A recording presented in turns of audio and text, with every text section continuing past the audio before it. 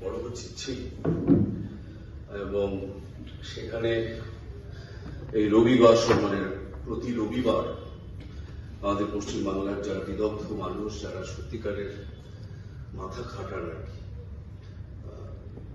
তারা সব মিলিত হতেন, লেখালেখি পড়া হতো, কোনো আলোচনা হতো, বিষয়বস্তু থাকতো এবং খুবই একটা স্বাস্থ্যকর পরিবেশের মধ্যে সেই আলোচনা শেষ হতো। এখানে আজকে আমি যে উপস্থিত হয়েছি মনীষের সঙ্গে, মনীষ আমার ঠিক কৈশোর শেষ করে মানে যৌবনের একদম প্রারম্ভের বন্ধু, আজকের নয়, এবং আমি ওর নির্দেশনায় 2টি কাজ করেছি, সবই মনে আছে আমি বলছি। এবং মনীষ আমাদের রাজ্যের একজন কৃতি নাট্য নির্দেশক, অভিনেতা, বাচিক শিল্পী, ওর অনেক গুণ। এবং আমাদের যেটা হয় জীবনের শুরু থেকেই, আমি যেহেতু পেশাদার অভিনেতা হিসেবে মানে বেশিরভাগ সময়টা ব্যস্ত থাকতে হয়েছে, সেই জন্য মনীষের মতো নিবিড় যারা নাট্য চর্চা করতে পেরেছেন, নাটকের ভেতরে, নাটকের বাইরে, নাটককে সাজানো, নাটককে গভীরভাবে বোঝা, আমি খানিকটা সেই জন্য মনীষের থেকে শুনবো বলেই এসেছি। মানে ওর কথা খানিকটা মেনেও নেবো এরকম মানসিকতা, কারণ আমি বন্ধুতাতে বেশি বিশ্বাস করি। আর মানুষ না মানুষের জীবন দিয়ে সবটা বুঝতে পারে না, মানুষকে বুঝিয়ে দিলেই সে বোঝে এরকম আমার অভিজ্ঞতা নয়। তাই আমরা অল্প যে কজন আছি, আমরা যদি আমার এটা বলতেই হতো, তার কারণ হচ্ছে আপনারা কেউ মনীষের সাথে আমার যে সম্পর্ক, তার যে সূচনা, তার নিবিড়তা, তার পারস্পরিক আদান প্রদান, সেগুলো তো আপনারা জানেন না, জানার কথাও নয়। কারণ আমারকে আপনারা যারা চেনেন, তারা থিয়েটার কর্মী হিসেবে খুবই সামান্য চেনেন, কারণ আমি থিয়েটার এমনিতেই করে যারা, তাদেরকে মানুষ চেনে কম, জানে কম। তার কারণ থিয়েটার তো খুব বিরাট পরিধির বিনোদন নয়। থিয়েটার গভীর কথা বলে অনেক লড়াইয়ের মধ্যে দিয়ে 5 কোটি বছর আগে যদি এককোষী প্রাণী থেকে থাকে, তারপর দ্বিকোষী বহুকোষী যে মানুষ তৈরি হয়েছে, এখন এই রাম রাবণের গল্পকে সত্যি করার যে প্রয়াস চারপাশে চলছে, তার চেয়ে আরো প্রাচীন মানুষের ইতিহাস। এবং তেমনি মনীষ সেই গভীর অন্বেষণের মধ্যে থিয়েটারের আমাদের যারা গুণী কর্মী সারা দেশে ছড়িয়ে আছেন, যাদের সাথে কখনো কখনো আমার মোলাকাত হয়েছে, কাজ করার সুযোগ হয়েছে তাদের নির্দেশনায়। আর আমি সবই সম্প্রতি নির্দেশনা, মানে থিয়েটার নিয়ে আপনাদের একটা খবর দিই, আপনারা খুশি হবেন। আমি এত বছর থিয়েটারে নাট্যকর্মী হিসেবে ব্যাকস্টেজ আর ফ্রন্টস্টেজে অভিনেতা হিসেবে কাজ করেছি, আর পেছনে ব্যাকস্টেজে কাজ করেছি। মনীষ জানে ভালো করে সে বোমা কাটা, পেরেক লাগানো হোক বা ফ্লাইং আর্ট টাইপ দেওয়া হোক, এসব যেমন আছে, বা একাডেমিতে 7 দিন আগে যখন আমাদের যেটা মূল পোস্টার যেটাকে নিয়ে আসা হতো, সেগুলো ট্যাক্সি করে নিয়ে আসা, আবার ফেরত নিয়ে যাওয়া, এসবের মধ্যে দিয়ে গেছি, কিন্তু কোনোদিন নাটক নির্দেশনা করা হয়নি। তো এই আমি নির্দেশনার কাজে সবে হাত দিয়েছি মহিত চট্টোপাধ্যায়ের একটি স্ক্রিপ্টে, খুবই সম্প্রতি সেটা মঞ্চায়ন হয়েছে। তো সেখানে আমার শেখাটার মানে আমি একেবারে প্রাইমারি স্কুলের মানে প্রেপে আছি আর কি, কিডসিতে যাতায়াত করছি আর কি। মনীষ সেখানে নাটকের কাজে অবশ্যই অভিজ্ঞ, এটা মেনেই আমি আলোচনাটা শুরু করছি। আমাদের পশ্চিমবাংলায় এখন আমাদের নাটকের কি অবস্থা, কারা দেখতে আসছেন, সেই সম্পর্কে আপনাদের ধারণা আছে, কিন্তু সেই ধারণাটা আমার সাথে মেলে কিনা সেই জন্য তুলে ধরছি। সম্প্রতি একটা মিছিল দেখলাম, সেটা শিক্ষা বন্ধুদের, মানে আমাদের নাটক কারা দেখতে আসেন সেই দর্শকদের সঙ্গে যে আমাদের আদান প্রদান, সেই আদান প্রদানটা আমাদের একেবারে, আমি যখন থিয়েটারে ঢুকে পড়ি 87 সাল, 88 সাল, 90, 91 কলকাতা মঞ্চে কাজ করছি, সে সময় শুরুটার কথা বলছি, স্কুল সবে শেষ করে কলেজে ঢুকছি, এই সময় যে বাঙালি সিম্পল লিভিং, হাই থিঙ্কিং যে বাঙালির দর্শন, সেই বাঙালি তো আমাদের থিয়েটারে ছুটে ছুটে এসেছেন, আমাদের থিয়েটারকে আপন করে নিয়েছেন। শম্ভু মিত্রের মতো, অজিতেশ বন্দ্যোপাধ্যায়, উৎপল মতো, অজিতেশ বন্দ্যোপাধ্যায়, মাথায় উৎপল দত্তের মতো মানুষদের যেমন মাথায় তুলে রেখেছেন, তেমনি রতন থিয়াম বা হাবিব তানভীর যখন এসছেন তাদেরকেও বুকের মধ্যে নিয়েছেন।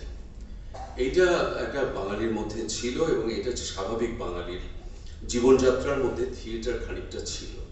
আমি বলছি প্রবল টেলিভিশনের সময়ও যখন মহাভারত হচ্ছে, সেই সময় শাওলিদি যখন কথা অমৃত সমান করছেন বা পুনর্বার নাথবতী অনাথপথ করছেন, তখন কিন্তু হাউসফুল শো হয়েছে। অর্থাৎ সেই কটা লোক পাওয়া গেছিল একটা হল ভরিয়ে দেওয়ার, যারা ওই প্রবল যে ছড়িয়ে পড়া বিনোদন, যার পরিধিটা অনেক বড়, ফিল্মের, টেলিভিশন, এখন যেমন আপনারা জানেন ওটিটি, সেখানে সেই কটা লোককে বাঁচানো গিয়েছিল।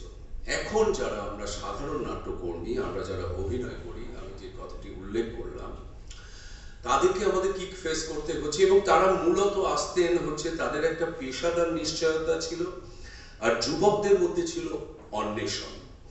পেশাদার নিশ্চয়তা যাদের মধ্যে ছিল, তখন তো কর্পোরেট চাকরির সংখ্যা পশ্চিমবাংলায় এতটা প্রবল, বা এখন আরো আবার তাদের যে মেইন অফিসগুলো শিফট করে আবার এই ব্যাঙ্গালোরের দিকে চলে যাচ্ছে, সেই রকমের বদলে ছিল একটা উঠে আসা, হাতে পয়সা আসা শিক্ষক সমাজ ছিলেন, গভর্নমেন্ট এমপ্লয়ি ছিলেন, অধ্যাপকরা ছিলেন, এরা আমাদের নাটক দেখতে আসতেন। এবং আমরা যারা মনীষী এই ব্যাপারে আমার সাথে নিশ্চয়ই সহমত হবে যে যে কোনো ধ্রুপদী কাজ, যে ধরনের নাটককে যেহেতু সারা পৃথিবীতে এখন একটি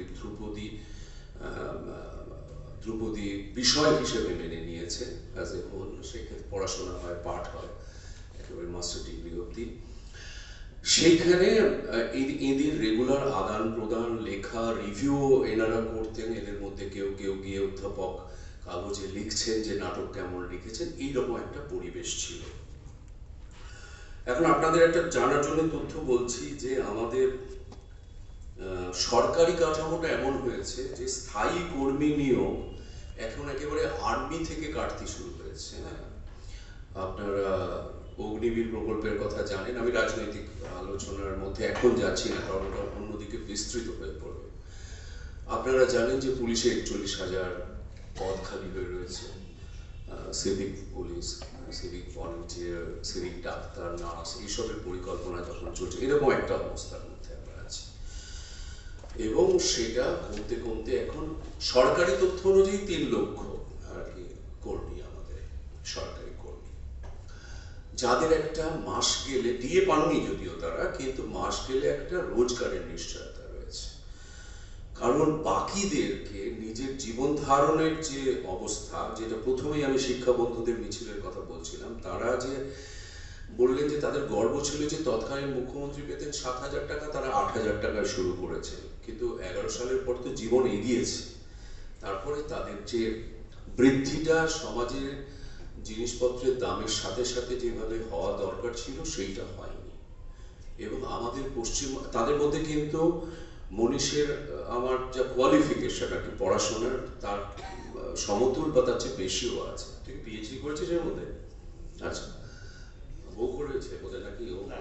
আচ্ছা, তো আমাদের থেকে তারা চর্চা করেন, কিন্তু তারা হালে পানি পাচ্ছেন না, যারা আমাদের থিয়েটারের পাশে কিন্তু ছিলেন দীর্ঘ সময় ধরে। শুধু কলকাতার মানুষ নয়, আসানসোল, দুর্গাপুর, কৃষ্ণনগর, এদিকে আমাদের কল্যাণী, বিশেষ করে নৈহাটি, ব্যারাকপুরে লোক আমাদের কাছে হই হই করে, একাডেমি অফ ফাইন আর্টস, না হলে গিরিশ মঞ্চ, না হলে তাদের জায়গার নাট্য মেলা, এগুলো কিন্তু বারংবার হতে থেকেছে, যেখানে আমি মনীষ দুজনেই কাজ করার সুযোগ পেয়েছি, দেখাতে যেতে পেরেছি।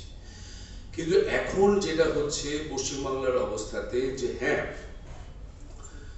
এই যে 2 কোটি টাকার ফ্ল্যাট কিন্তু বেশ বিক্রি হচ্ছে, মানে তার যা রেশিও, হ্যাঁ, সেইটার তুলনায় 30 লাখ টাকার ফ্ল্যাট কলকাতায় সেই রেশিওতে, আনুপাতিক হিসেবে আমি বলছি, না হলে তো একটা ঘর না পেলে তো আপনারা ধরতে পারবেন না, সেটা কম হয়ে যাচ্ছে, পড়ে যাচ্ছে।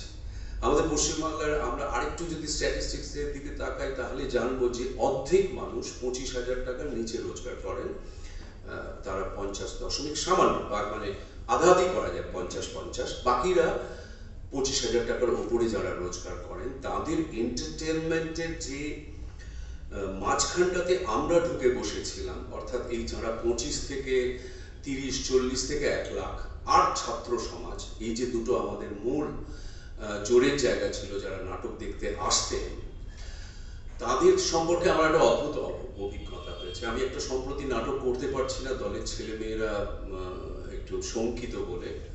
সেটি হলো, আমি শেখ মুজিবের ওপর একটি কাজ করতাম, যেখানে মুজিবুর রহমানের পার্টি আমাকে করতে হতো।